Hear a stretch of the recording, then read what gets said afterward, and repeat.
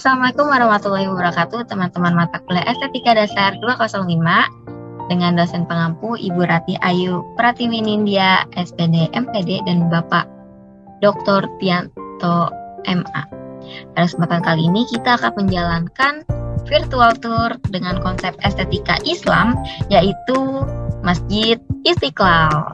Mungkin Masjid Istiqlal sudah tidak asing lagi karena masjid ini merupakan salah satu masjid terbesar di Asia Tenggara. Masjid ini memiliki luas 24.200 meter persegi yang terletak di salah satu pusat ibu kota Jakarta. Masjid ini juga dapat menampung lebih dari 200.000 jamaah. Pada kali ini kita akan melakukan virtual tour Masjid Istiqlal Jakarta. Halo teman-teman, pertama kita akan melakukan virtual tour secara langsung untuk menjelajahi Masjid Istiqlal.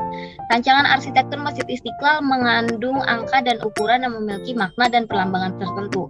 Sekarang kita berada pada area depan Masjid Istiqlal dan area pejalan kaki. Di sini dapat kita amati dari bagian depan masjid. Sekarang kita akan menuju ke pintu. Ya, di sini terletak pintu Al-Fatah. Dalam Masjid Istiqlal memiliki 7 gerbang utama untuk memasuki ruangan dalam Istiqlal yang masing-masing dinamai berdasarkan nama Asmaul Husna atau nama-nama yang mulia dan nama-nama terpuji. Angka 7 itu melambangkan 7 lapis langit dalam kosmologi alam semesta Islam serta 7 hari dalam seminggu. Sekarang kita akan masuk ke pintu Al-Fatah dan di sini kita langsung berada di pusat informasi atau information center, dan di sebelah kanan kita terdapat area wudhu. Kita lihat area wudhu yang berada di sini. Area wudhu memiliki arsitektur yang cukup unik dengan ada pola-pola geometris di sini. Ya, kita lihat di sini bahwa tempat wudhu terletak lebih tinggi dibandingkan pada ubin yang berada di pusat informasi tadi. Kita lihat dari sini.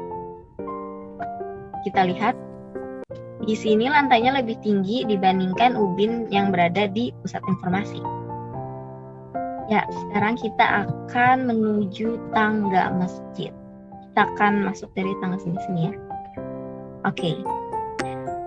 Masjid Istiqlal ini memiliki gaya arsitektur Islam modern internasional yang merupakan bentuk-bentuk geometris sederhana seperti kubus, persegi, dan kubah bulat dalam ukuran raksasa untuk menimbulkan kesan agung dan monumental. Bahan yang dipilih bersifat kokoh, netral, sederhana, dan minimalis dengan marmer putih dan juga baja anti karat. Baja anti karat ini disebut juga stainless steel ya. Kita lihat pada area pegangan tangga di sini terbuat dari baja anti karat serta bagian langit-langit dari masjid. Tampak indah arsitekturnya ya.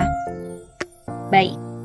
Terdapat ragam hias ornamen masjid bersifat sederhana namun elegan, yaitu pada pola geometris berupa ornamen logam rawangan atau kerangka logam berlubang, berpola lingkaran, kubus, atau persegi. Kita dapat lihat ornamen tersebut berada pada penyekat jendela atau lubang udara yang berfungsi sebagai unsur estetik dari bagian ini. Kerawangan dari baja ini ditempatkan sebagai jendela, lubang angin, atau ornamen koridor masjid.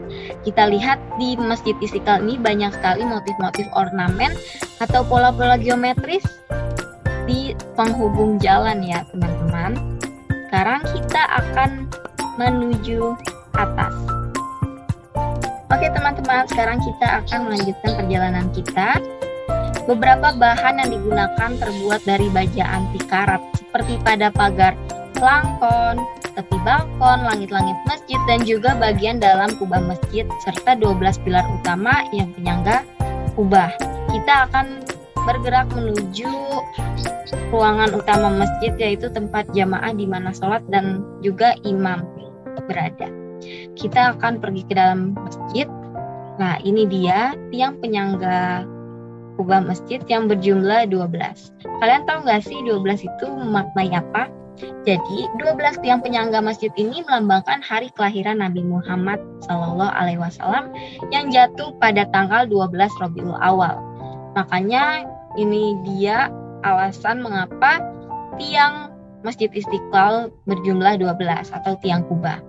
Kita lihat di sini di bagian dalam kubah Kubah ini memiliki diameter sepanjang 45 meter yang melambangkan tahun kemerdekaan Indonesia 1945 yang terdapat ukiran ayat kursi yang melingkari kubah. Kita lihat di sini ada ayat-ayat kaligrafi yang melingkari kubah. Ini merupakan bagian dari ayat kursi. Kemudian, Masjid Istiqlal juga memiliki 4 lantai balkon dan 1 lantai dasar.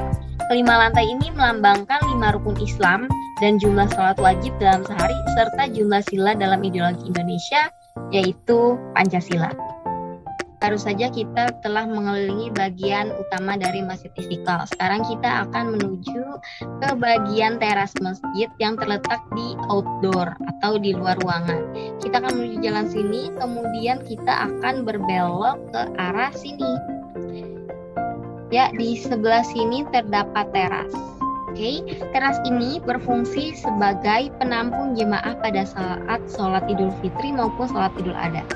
Koridor di sekeliling teras lantaran menghubungkan bagian utama dengan menara masjid. Kita lihat di sini terdapat koridor sebagai penghubung bagian utama masjid. Kemudian saya akan menjelaskan mengenai teras tersebut.